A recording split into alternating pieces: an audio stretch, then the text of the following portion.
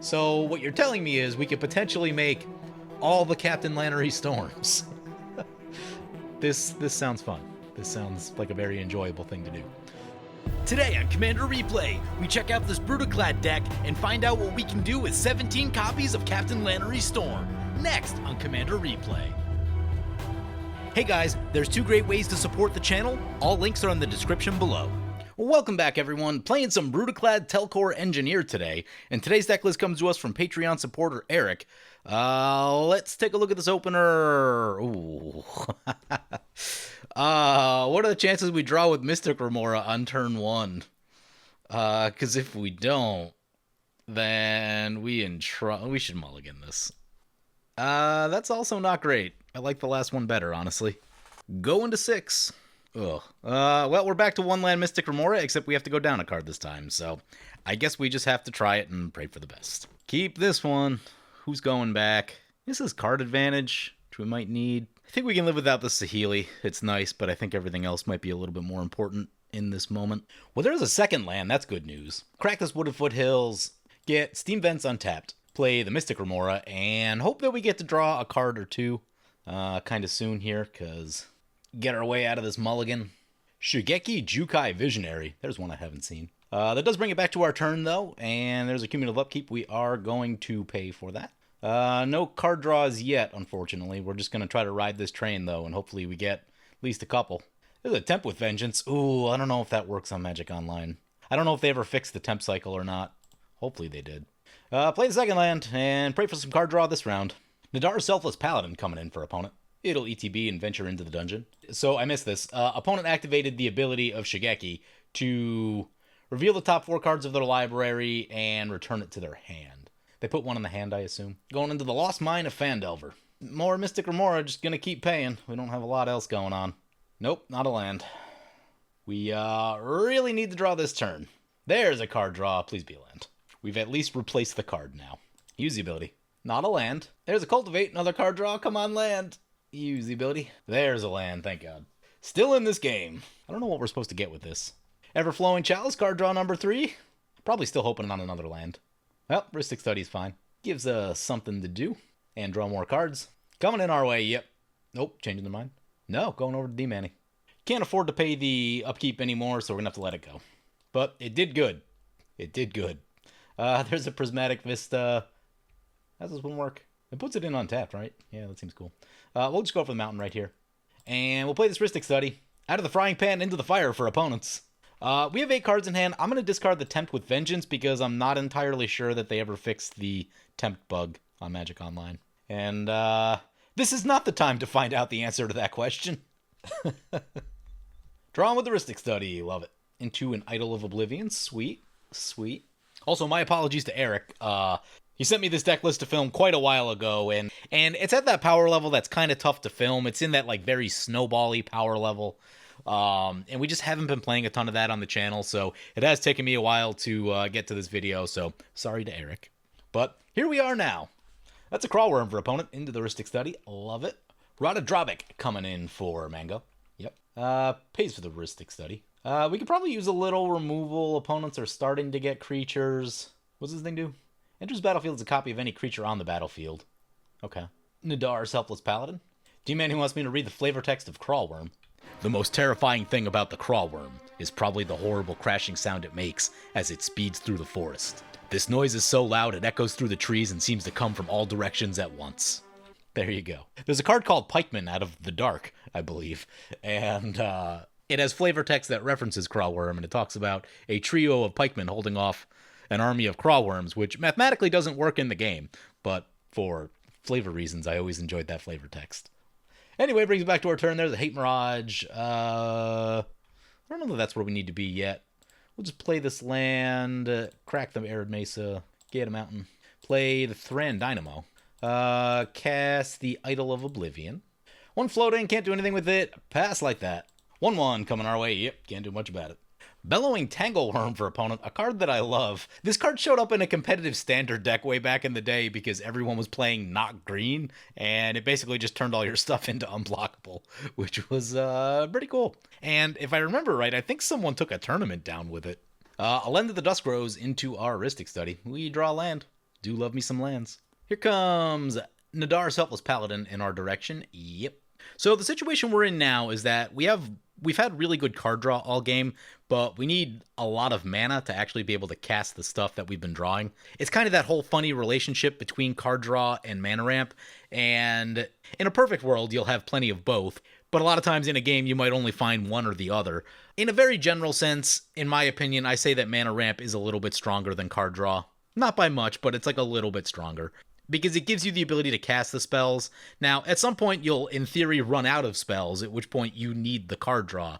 But if you make 20 mana in a turn, you can probably cast, like, everything in your hand, whereas if you draw 20 cards in a turn, you can probably only still cast a couple of them. And then things get a little weird, and you gotta, like, discard some stuff, probably, and do all that stuff. So, Blasphemous Act is a really good pickup right here. Let's just go ahead and lay down this Blasphemous Act. Although, this thing, it's all just going to come back, isn't it? Yeah. Well, we tried. Probably should have thought about that a little bit more intensely. But there are overall less creatures on the battlefield now. Nadar triggers again, more venturing into the dungeon, gain some life this time. This time we're in the Dungeon of the Mad Mage.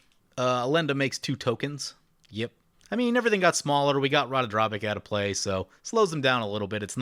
Wasn't a perfect board wipe, but, I think it still helps our situation.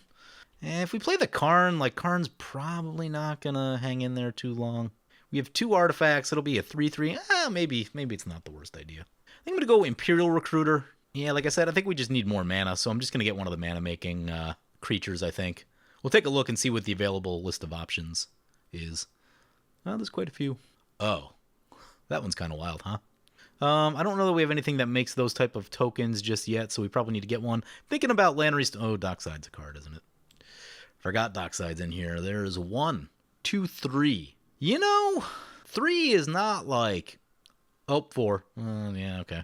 4 is kind of enticing. Man, I feel bad. I'm not going to go for Dockside. I know exactly what happens if we play Dockside and copy it a million times right here. We win, and it's not close. And I've just seen it play out way too many times. So if I were playing as cutthroat as possible, yeah, we go for Dockside, and then we try to get it to survive and then copy it next turn with Brudiclad or, literally anything else. So that'd be the most cutthroat line of play. And I don't know. I've just had enough of Dockside of late. So unless I'm playing at a very high power level, I don't know. Maybe it's just my current mood in this moment. We'll attack D-Mani with this Captain Lannery Storm. Unfortunately. Okay, what we can do... Yeah, okay, there's the treasure. I was thinking we're going to have to discard, but we can also cast this Talani Summoner. And that'll get a card out of our hand and allow us to not have to discard.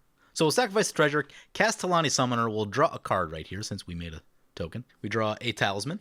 Lovely. We now have the City's Blessing, which is nice, and we'll pass like that. That's a Locust God for opponent. Yeah, those are good. Triggers the Oketra's Monument. Rhystic Study. Draw a card. Island. Lightning Greaves into the Rhystic Study. Shingeki coming back to play. Use the Rhystic Study. Yeah, at some point, opponents they either need to shoot this or start paying the cost. Retrofitter Foundry, fun card. Nadar's Selfless Paladin coming in our direction. Yep, we deserve that. They're gonna scry 1. No blocks. Song of the World Soul is a real Magic card. Whenever you cast the spell, Populate seems good. It's a counterspell. Counterspells are helpful. Skull Clamp, we draw. Really use a Reliquary Tower right now. We have a lot of cards in hand. What I wanted to do is cast Helm of the Host and put it on Captain Lannery Storm, because I just think that's funny. But given the fact that we need to get cards out of hand, that's probably not what we're going to do. Talani Summoner cannot attack because of the dungeon trigger. Alright. More lands. There doesn't appear to be a lot of dual lands in the deck, so I think we have the only one, really. So we'll just go for the island, probably discard 1 or 2 of the fetches. We're on 9 exactly. Oh, man, I kind of want to do it. We'll get 3. Yeah, we'll get... What, 3 treasures out of it? 2 treasures? 2 treasures. So we'll get 2 back. We can cast another card with that or leave up counterspell. Let's just do it. Don't know how often this opportunity is going to roll around. The opportunity to win a game with a Brudiclad deck, is probably going to be 50% of the games you play with Brudiclad, assuming that your opponents don't just shoot it the second it hits play every single time, which is a thing that does happen. But, yeah. This just looks way more fun and interesting to me in this moment. We'll get to Brudiclad eventually. Hopefully we don't lose before then. Mango has been known to make some big plays over the years, so we'll swing both of these into D-Mani. Make a treasure. Make a treasure. I'm having fun with this. We probably would have already won by now if it was dockside, but I'm having a good time. That's what matters.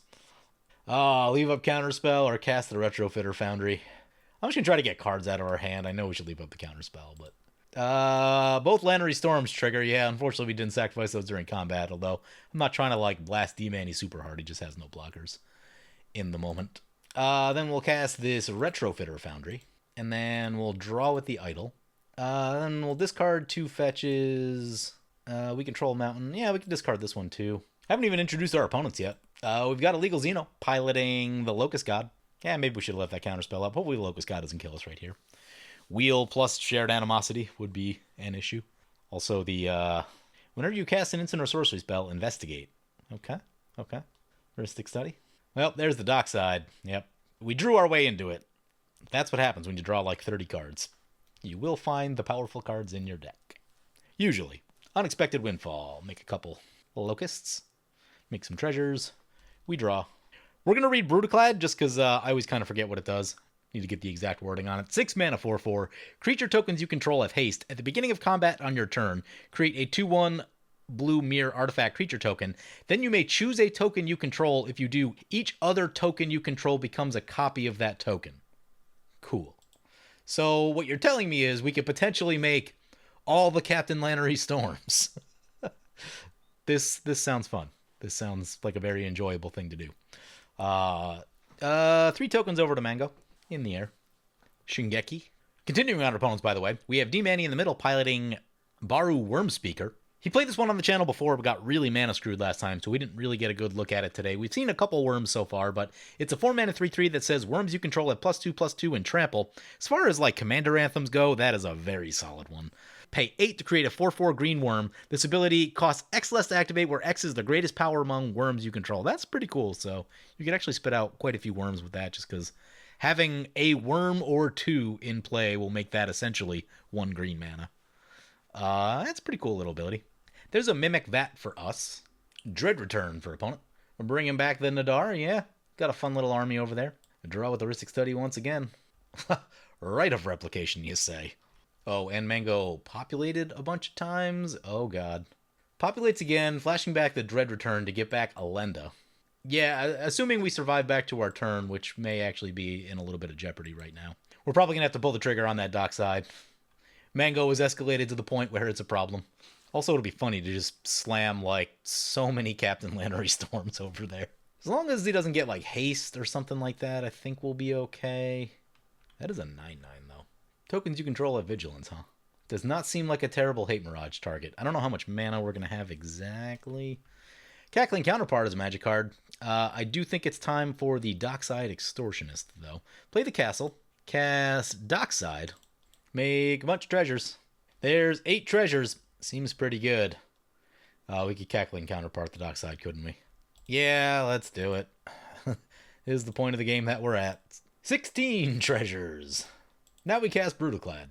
Use the Talisman, 1 damage to us. I am going to Hate Mirage because I want a copy of Ratadrabik, although we might have to pay the ward, which I wouldn't be thrilled about. Anything else worth copying? Oh, we could Nadar? That would be hilarious. Nadar would be hilarious. Man. Locust God do anything for us? Yeah, I guess we copy a Nadar then. Some Lanneries are going to start getting pumped. Pray this game doesn't crash. We do need to pay the ward too, unfortunately. Paying 2. Triggers Lannery Storms more times. Mango said it skipped their attack step. It's not great. Mango, by the way, piloting Ratadrabik, one that we've looked at on the channel, is a very powerful Reanimator commander. There's an Nadar trigger. Let's go over Dungeon of the Mad Mage. Copying Nadar 100 times would also be hilarious. Oh, wait. If this makes... if this makes a bunch of copies of Nadar, we would get all the ETBs from Nadar, which sounds awesome. And then we can turn them all into Lannery Storms. I don't know that that's worth it. It does sound very fun, though. Go to combat. Helm of the Host, Brudiclad. Yep. Oh, did I do this in the wrong order? No, I think we're good. Yeah, no, we're good. Haha, did it in the right order. I clicked before thinking, which is a no-no on Magic Online. Choose a token we control. Let's choose this token, Captain Lannery Storm. There's 10 Captain Lannery Storms. Oh god, we don't have trample or anything, but this is still gonna be hilarious. Mango is a lot of creatures. We'll send. I'm just gonna send one into D-Manny. Mango, mango, mango, mango. You know, it's probably just easier to do it this way. Leave that one back for blocking. Brudiclad can stay back. Go to swing away. Make a lot of tokens. Put this thing on the bottom. So many Lannery Storms.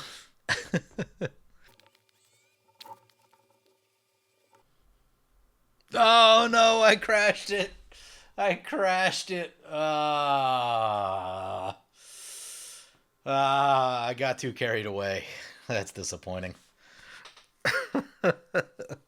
So, I don't actually know if we were going to win that game because Mango had a lot of blockers, and it would have killed a lot of Mango's blockers, which is fine, but like then the Locust God's still up. D-Manny was kind of trailing a bit, and for sure I could have played more Cutthroat, like getting the dockside earlier wins us the game sooner. Copying the dockside probably wins us the game. Even just like sending like 2 or 3 creatures at D-Manny, he'd probably die because he had no blockers. Yeah, a lot of things we could have did differently, but I was just kind of having a good time with it, and you know, just trying to do some stuff that you don't normally get to do in a game of Commander. So had a grand old time making a million copies of Captain Lannery Storm, which was quite fun. Here's a look at the deck. I'm probably going to try to refilm another game with this at some point in the future, but I do think this game was fun enough to show, even though it just crashed. So we'll do a little bonus Brudiclad video at some point in the future. But yeah, here's a look at the deck. Pretty good on the mana curve, I feel like. Not a lot of 5-drops, which is unusual, but not the end of the world. And because of that, they're able to run a couple more 6-drops comfortably. So I can appreciate that. Got a few silly things up here. Temp with Vengeance, cool card, but again, not sure if it's working on Magic Online yet. Copying Desolation Twin tokens is kind of wild. Usually ends the game pretty quickly. Overall, I thought the deck played pretty well. I do think it could use maybe like 1 or 2 more pieces of mana ramp. You know, Brudiclad does cost 6. There are quite a few 4-drops and quite a few 6-drops in the deck, so having a little extra mana is going to help a lot. Now, that might be mitigated by Dockside and tutors for Dockside, because Dockside can catch you up from like a bad mana situation very easily. So maybe it's not completely necessary, but if it were my deck, I'd probably add 1 or 2 pieces of mana ramp. As far as removal, I felt like it was decent on the removal front. Good number of counter spells, 1 or 2 board wipes that I saw. And this depends on your meta, but like I'm a big fan of like Aetherize or Aether Spouts, just to prevent yourself from dying to a big attack. I do like that sort of stuff. But overall, yeah, the synergy in the deck felt great. We got to do some cool stuff, and, you know, Brudiclad is one of those commanders that I don't particularly love from, like, a power level standpoint, because it does tend to go from, like, 0 to 100 in the span of 1 turn, but you do get to do some really fun things with it that would be generally difficult to do otherwise, so it is cool for that. When Brudiclad first came out, it was much stronger than a lot of things that were going on. Nowadays, I'd say it's probably, like, average to slightly above average, just because everything else has gotten stronger, so it doesn't bug me as much. But yeah, it's just a commander where you get to do some very silly things, and I think we did that today. So hope you guys enjoyed the video. As always, feel free to comment, like, or subscribe. Thank you for watching. I want to thank my awesome Patreon supporters. You guys are awesome. If you want to help support the channel, vote on which decks I play next, or if you want to get some good games on Spell Table, be sure to check out my Patreon at the link below.